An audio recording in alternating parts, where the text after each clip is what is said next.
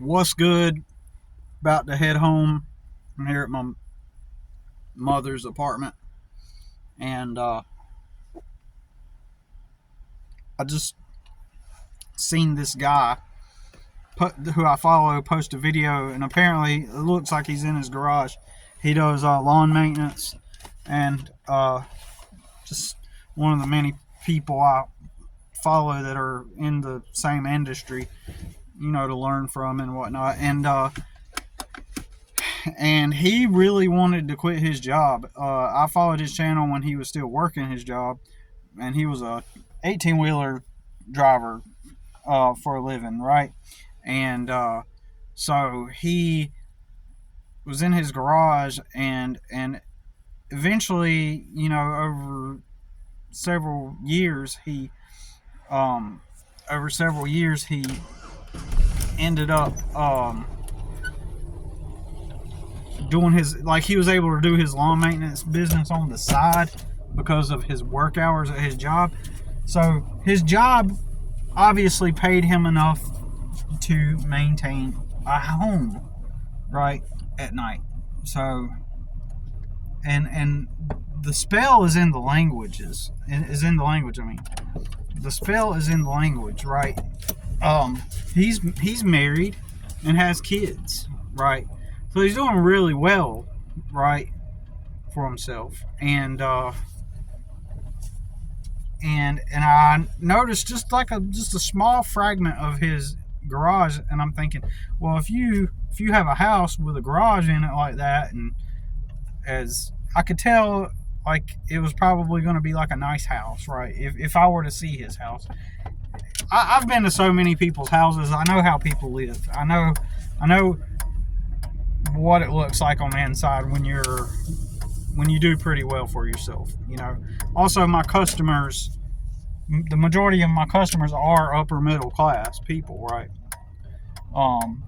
And so I see what their houses look like, and they're all polished and pristine.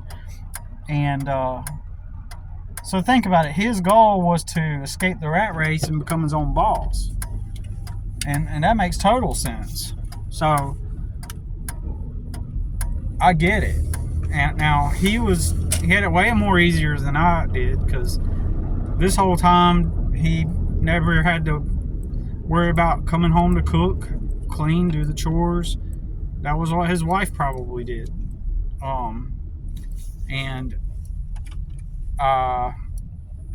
Obviously I don't know that, but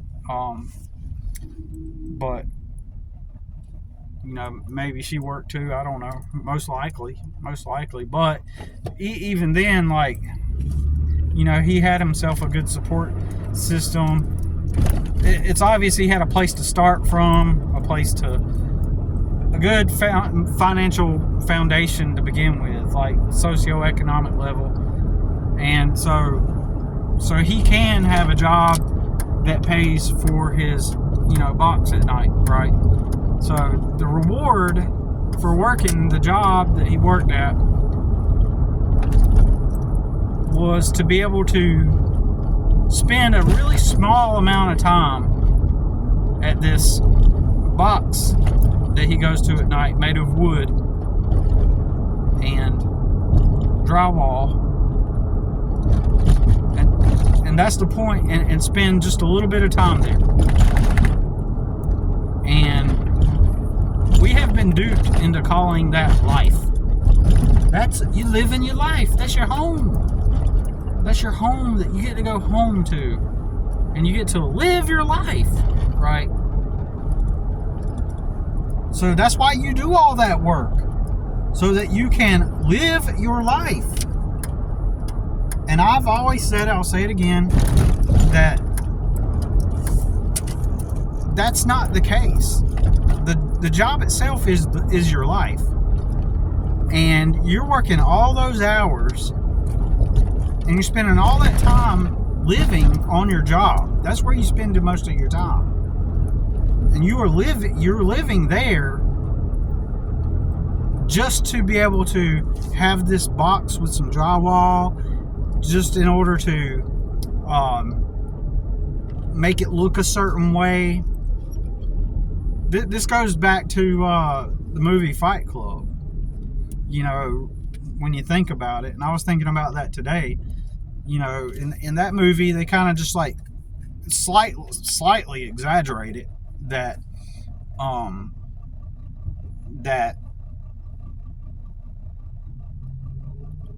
you know that's your whole existence, is to go do this like task that you don't really care about doing, spending the majority of your time there, getting your soul sucked from you, and what for? So that you can go to this place, this little dwelling at night that you get to decorate with that type of table. What table describes my personality more than anything else? You know, and let me order it off of IKEA, and once I have it in my little box that I do all this boring work for, so that I can order this table and put it in my apartment and go, this is me. You know, I'm sure you could look up that scene on YouTube without paying for the movie. You'd have to look up Edward Norton Fight Club apartment scene or something like that, probably. I should go look it up when I get home. You know, I haven't seen that movie in, probably 15 years, maybe. I want to say I seen it at, no, that was American History X. I used to talk to this like Hispanic girl, and that's where I first seen, I think I watched Fight Club there for the first time. I'm almost pretty certain that we watched, that's when I first watched. I may be wrong, but anyways, I know I'm getting off thread here, but like but yeah, so like the whole purpose of, see, that's where they've got it twisted. They've redefined and reframed what it actually is, that the event, the phenomenon that's actually going on in real time is that you're being a slave so that you can go have the bots, right? That's what it is. That's practically what it is. And so and that's the whole purpose, but they've reframed it using different words. The different words that they use is they call it living your life, quote unquote, and then they're calling it living your life. They're calling it, you know, they're saying that is the whole objective of doing the boring task, so that you can have that box that you get to go to at night. You know, that's what they're telling you. That's the whole purpose. Okay, I've got to back into my driveway a little bit differently because this lady has a visitor from Texas, it appears. So anyways, so yeah, so they've convinced you and us or whatever. I'm not convinced any longer. You know, I was never fully invested in it to begin with. I always intuitively knew that there was something wrong with it. I just couldn't put my finger on it when I was young because I didn't have the proper education and understanding of it. So yeah, you go the whole, they've set up this system in front of you and said, hey, this is what this is. And then you say to yourself, oh, okay, if you say so, then that's what it is. And so then they say, well, hop to it and get at it. And you're like, okay, yeah, that's what this is. This is living your life. This is how it works. No questions asked. This is how it works and how you do it, and that's it. Wow. You know, so you just blindly accept it and go along with it and strive. But see the lawnmower, or not lawnmower, but the lawn maintenance guy that I'm talking about. You see, he's broke the spell. He decided years ago that he was gonna keep working his full-time job and do his business on the side. And most people are going to give you that advice too, by the way.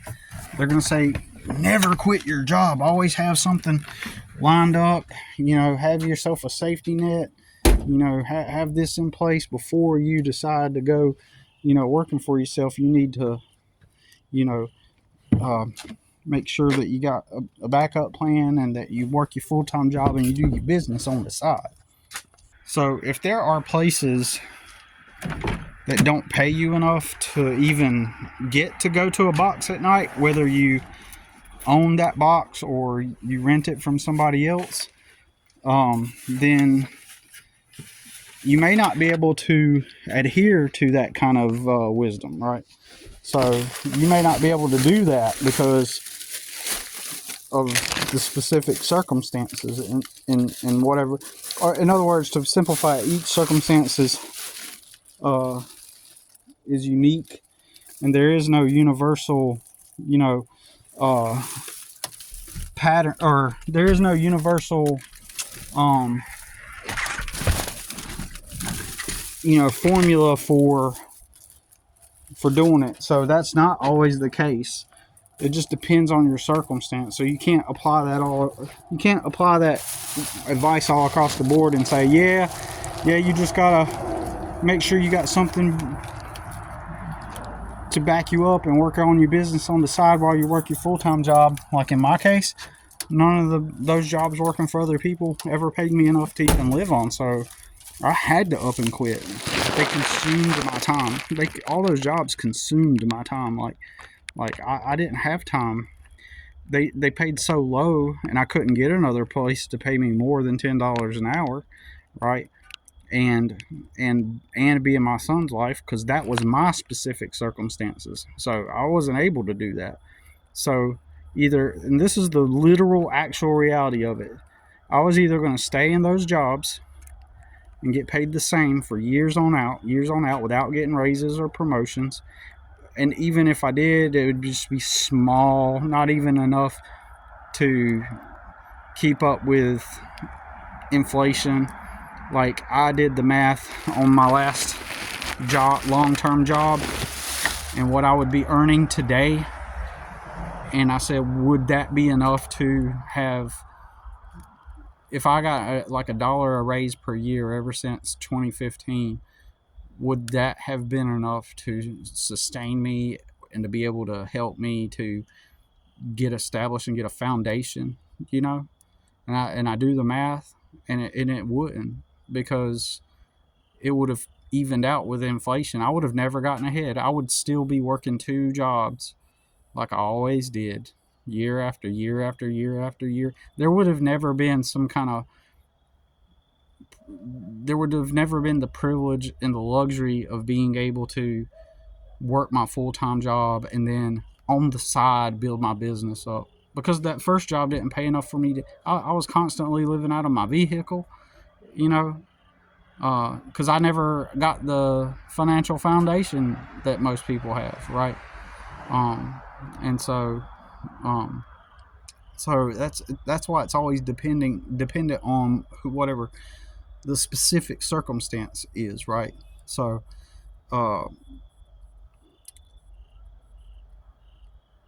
but the majority of people, and this is facts, this is undisputable, the majority of people don't like where they work. And so that means that their whole existence is clocked in, doing a task that some authority figure has given them to do. And they're convinced in their mind, because it's what you've been taught, that they're living life, that this is it. This is how you live your life. And people are going to come in and be like, well, Billy, like you need a place to live. Don't say live. Don't use the word live, because you're not living. Your job is your life. You're living your life when you're clocked in. The moment you wake up, you're already working at your job, because you're going to wake up and you're going to start getting ready for your job. or there comes a certain point in your day where you start getting ready for your job. That's when your work starts.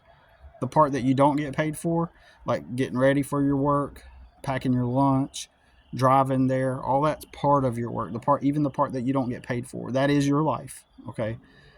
The moment you start getting ready for work, from the time you get started until the time you have arrived back at your box after you have clocked out, that's living your life. And you tell me, is the majority of your time spent at your house, or is the majority of your time spent there? Okay, that's the majority of your time. So therefore, you are living your life at your job. Okay, so in reality, what you do should be your life, and it should be what you want to do. It should be what you want to do, and if it's not, then what you are doing should be a tool. It should be a means to an end. It should be a stepping stone to get you to where you wake up every day and do what you want. So the lawn maintenance guy I'm talking about, he got to the point where that's what he wanted to do. He wanted to do a lawn care business because he wanted the freedom and flexibility to be able to be working on his own terms and be able to have more leverage and spend more time with his family, and that was his goal, right? And so that's why he did that. And I'm going to make the argument that some people, that's how they're wired, right? So for him, he wanted that freedom and independence and autonomy to be able to do that. But my argument is that even then, as some people say, your business becomes your job. Like, you're still basically you're your own employee, and that's true. Basically, what people try to argue in a negative way is that, oh, well, you still got a job. You're just working for yourself now. It owns you, and that's true. That's true. However, from personal experience, even that is way better than at a warehouse around a bunch of morons moving boxes, and the compensation in exchange for the hard work does not even render you a box to go to at night, and you have to go find a parking lot and sleep in your vehicle, right? That's not worth it. And if that job isn't getting you out of here, and it doesn't pay enough, and there are no other positions at other places that don't get you out of here, then you're stuck. And probably the best thing you could do, in my opinion, depending on the circumstance, is start working for yourself. You got more chance of getting out of here. Because why? Because you're going to be building networks with people. When you're stuck moving the boxes in the warehouse for 40 hours a week, and then doing a part-time job just to pay you for the gas to go back to the warehouse, it consumes your time to the point that you don't have time to network and build a legitimate community of like-minded people. Plus, people with the employee mindset, they are stuck in an employee mindset, and you cannot relate with them. And they are the very first people that give you all of advice and wisdom about how businesses work.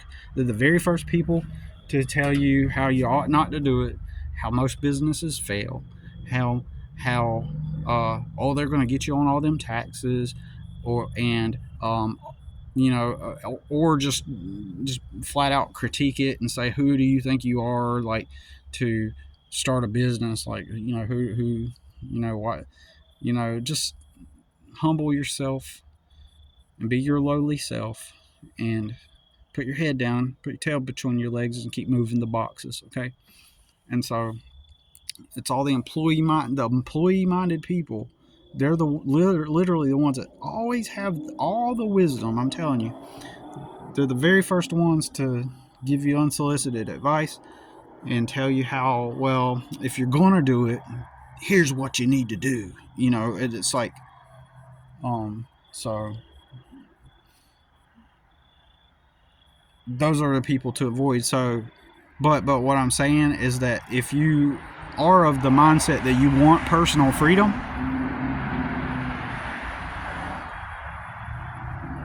to be able to do what you want, you can't be around those people. It goes beyond just that they're crabs in a bucket who want to try to pull you down, and they do want to do that too. It goes beyond that. It's like a whole different mentality and lens through which you see the world. You know, you see the world for what it really is. I was about to say you see the world differently. It's not merely that you see the world differently. You literally see the world for what it actually is. Okay, so, you know, because now you're in the business world and you have a different, the lens, you're closer to the truth and you know, of what reality is. And so, and what I was about to say is that now some people are wired a certain way, so that dude may be totally content having a lawn maintenance business and going back to his house at night, right? So he's okay with having that independence of being able to, and the simple mind, you know, simple-minded kind of guy. Not saying he's ignorant or stupid, but I'm just saying he's simple-minded. So in his wiring, he is totally comfortable. All he wanted was personal autonomy and freedom to work for himself, right? So that he could be his own boss and have freedom within that context. So he's simple-minded. But somebody like me, though, that's in a similar,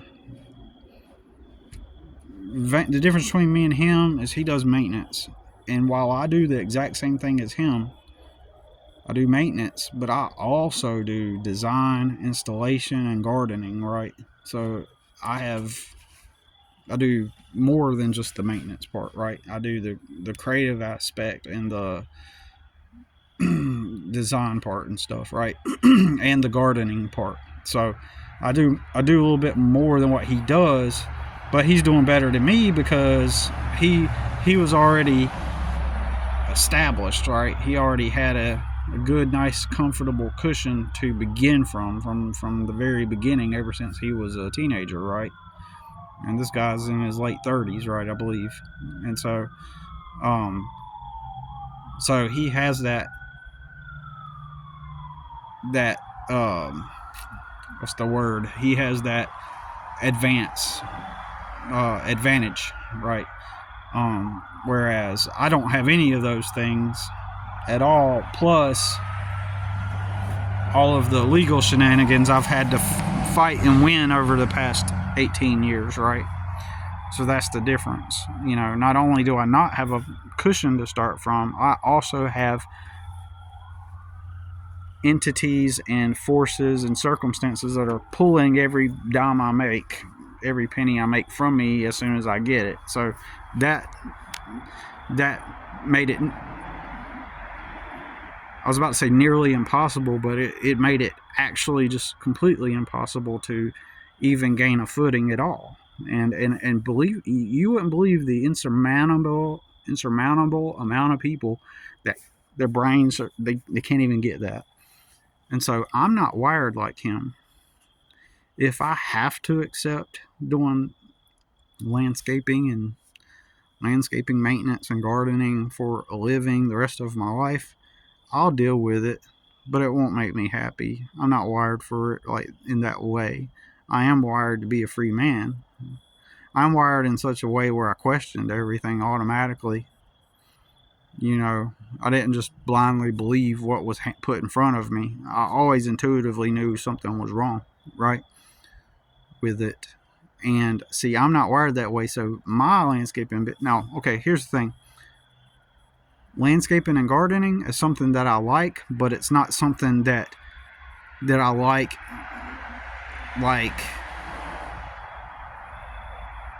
it's something that I love okay, I do like gardening as a hobby, right? And landscaping as a hobby. Let's just put it that way. But it's not my passion. It's just one of the things.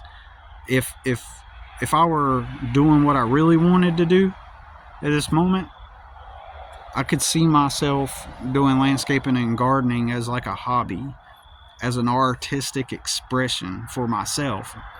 Not me, not, I never had this desire to go out and, knock on doors and say, hey, can I do your landscaping and design your garden and do your landscape design? That was never a passion. I was just a poor person who had to do what I had to do, and landscaping was one of the easiest entry-level jobs that you can get into, so I learned the skill. And that's all there is to it. It's just out of necessity, nothing more. And I like flowers, I like gardening, but I like to do it. I want to do it, if I do it, as part of an artistic expression more than the actual thing itself, right? So I'm not wired for this. Like, it's not what I really want to do, right? And so, but that other guy, he is, in my opinion, unless in his brain he doesn't see beyond that.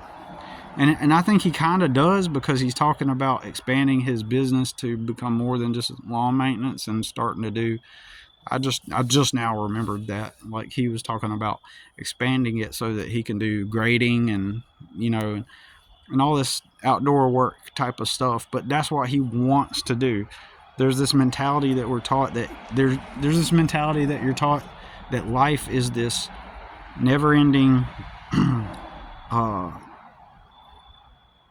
path where you always have to do something that you don't want to do so that you can live your life, which is translation into reality terms. Life, this is the way they interpret it. This is what that means in reality. They're saying life is, you must endure this hard task that you don't like to do in order for you to go stay in your box at night. And look, you can paint your box this color. You can paint your box that color. Ooh, look, you can get a whole DVD. You can collect a whole bunch of DVD collection. Well, that's old school, right? But still, look at all the things that you can go buy now to adorn your box with. And that's the lie. That's what they're trying to push for. Look, do this so that you can have the box. It's in a cul-de-sac. You can have a lawn. Just imagine you're going to be mowing your lawn, do the hard task that you don't like to do for the most of your life, and so that you can maintain a lawn.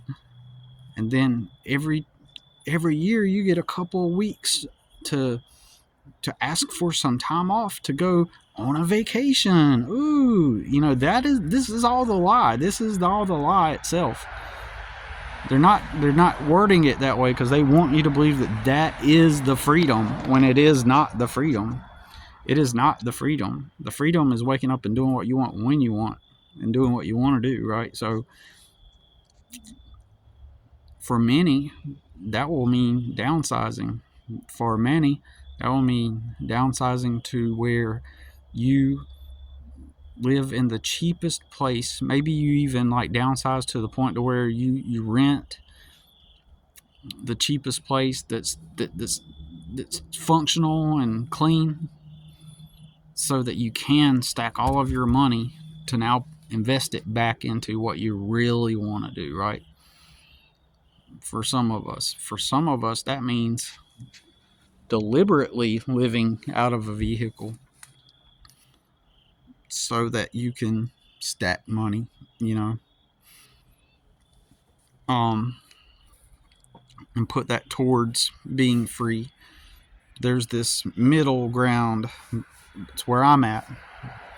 I'm good at landscaping, really good. I'm good at gardening, and so I'm artistic, and therefore when I do my landscaping work, I know how I have an eye for beauty and detail, and so that's where I thrive naturally. That artistic side of myself I'm able to apply that to the work, but that doesn't mean that's my passion or what I want to do.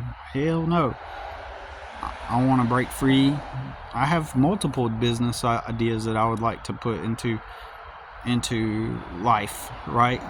So predominantly my natural innate capability is to be a creator, an artist, right? And a businessman. I would argue that I'm more artist than businessman, but I do have an eye for things. I do have an eye for for I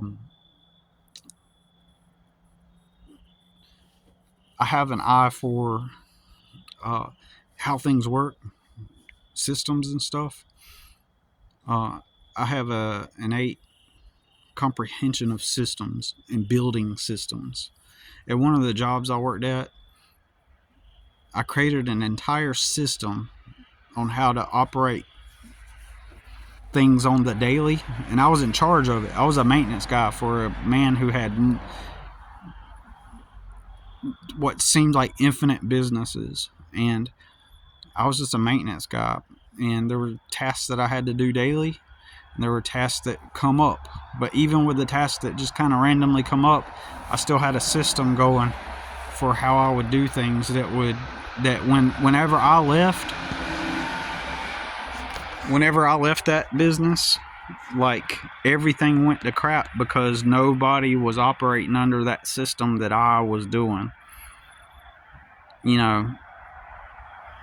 And so they ended up having to pay thousands of dollars a month as opposed to paying me my $10 an hour. Right? They're paying me $10 an hour for a year to do all these things. At one point I had 3 guys under me, right? And I'm assigning them tasks to do, and I'm making $10 an hour, and I'm doing everything right. I'm making all these systems. I'm doing all this stuff to make it all flow smooth, and couldn't get past $10 an hour. So that's not the reason why I left, but that was one of the reasons. But anyways, so the point is that I'm trying to make is you got to figure out what you're good at. I'm good at making systems. I want to like, if I make a business, and this may harm me in business, but if I make the type of business that I want, like for example, I don't want to.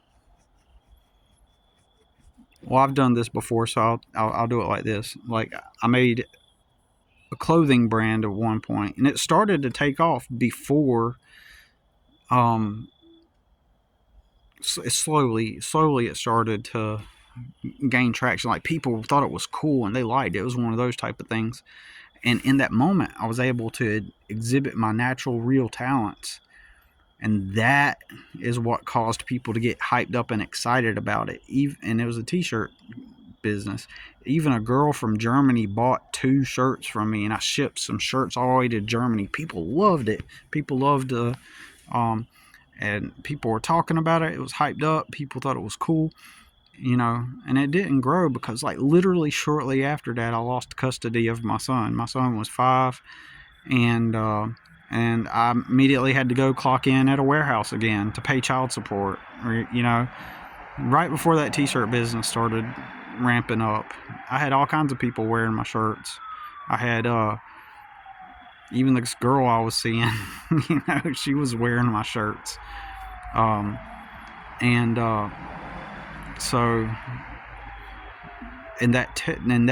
where I excel at. So you find where you excel at. What are you really good at? And that's one of the tells when it starts to really, when you feel good about it, and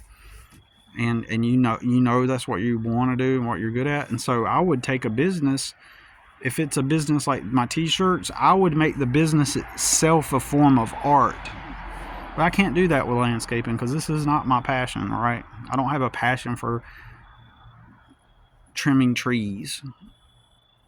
The majority of what I do is maintenance. I don't have a passion for that. Now, I am the guy that does the work that most people want. Most people won't. You know, I've cleaned toilets, I've done it all, right?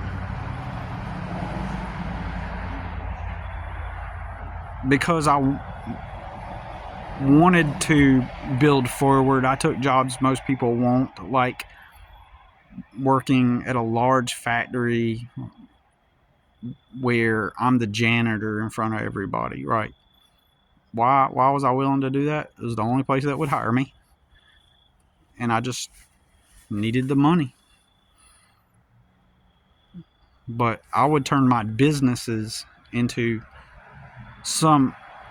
the business would be an art form in and of itself. Like if I opened up a coffee shop, that coffee shop would look a certain way. It would have a certain type of customer experience that's beyond normal in a good way. And I believe that people would like that in the same way they liked my shirts, right? And that's where I thrive, you know, and being an artist. And I pair that with business, and then I can actually make something. But check this out. This whole time what's kept me broke and poor is just winning legal battles. I win every time, but the exterior reveals or appears as if I'm losing, because those legal battles left me impoverished. Everyone around me the only thing they never saw the winning. It's all about optics. The truth is I'm sitting there winning despite everybody's negativity towards me. I keep winning.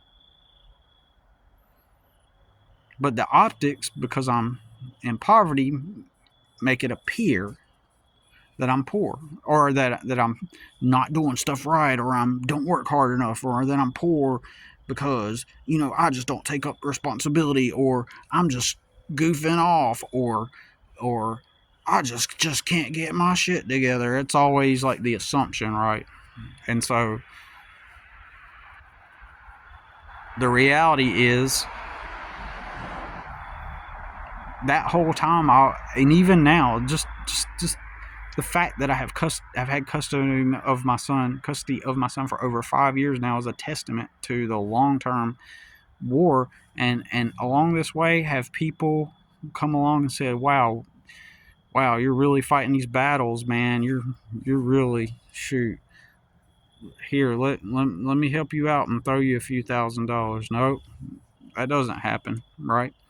I've had a few people help me with few small things here and there along the way, you know. But because the optics always make it appear that I'm losing, even though I'm winning, nobody wants to support someone who has the optics of being a loser, who appears to be a loser, right? At all times. But as we have over the past couple months been saying over and over again somewhat, if you haven't had any battles that you've had to fight, and you live in a comfy bedroom that mom provides for you, and you do nothing but smoke weed and smoke cigarettes, and you make a YouTube video and say, man, you know what, I'm done smoking and just sitting around doing video games, I'm going to change my life, then everybody goes, oh my God, can you believe it? Look at him. He wants to quit smoking and quit playing video games. He lives with his mom, and he made a YouTube video proclaiming that he's ready to change. Let's send him $3,300. Let's all get together collectively and just send him a bunch of money and encourage him and tell him how we're inspired by him. I've come to learn that humans are really dense and inept. Well, I'm not going to point to myself when I say dense. Humans are really dense and inept, right? And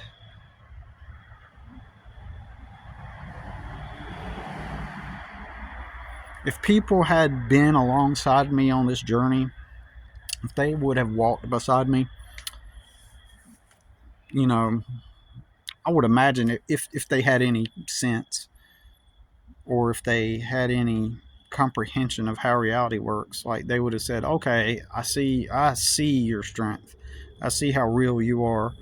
And you are someone that needs all the help that they can get. So let's help you, man. And I would have people following me, helping me along the way, but the optics don't show that, so they're not going to do that.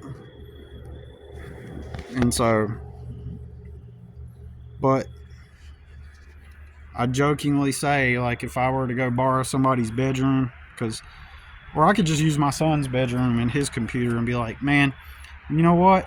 I watched this video a couple months ago about this guy who decided he's going to quit doing video games, quit smoking. Well, guess what, y'all? I've been doing the same thing as him. I've been playing video games and smoking cigarettes and weed, and so I'm going to change my life around. And I upload that. I can take off all my YouTube videos off of this channel, put them on private, and then make one video and go, you know what? It's about time I change my life around. And then I can grift and get everybody to go, oh my God, you're so awesome. You're ready to change your life around. And they'd start sending me thousands of dollars. Man, I couldn't pull that off even if I tried. And I don't want to either, but I'm just pointing out the complete and utter ridiculousness of most human beings, right? Because I've seen it with my own eyes. I've seen it, things like that, all of my life with my own eyes. I have an internet famous relative who, oh man, he's such an inspiration to everybody, and for the past 8.5 years he's done nothing, virtually nothing, and he's always been broke the whole time, but everybody's still like, oh, you're so incredible, oh, you're famous, oh, and everybody's willing to back him up and encourage him and support him, even though he's literally proven on video time and time again that his complete ineptness, but yet people still support it. That's the world we live in. Anyways, I'm gonna get to bed because I don't have a job tomorrow. I have this property that I stay on, and there's always work to do around here, so I'm gonna be working on this property. But if a money making opportunity comes up tomorrow or a customer reaches out, I'm gonna go do that. So anyways, we'll see y'all in the next one.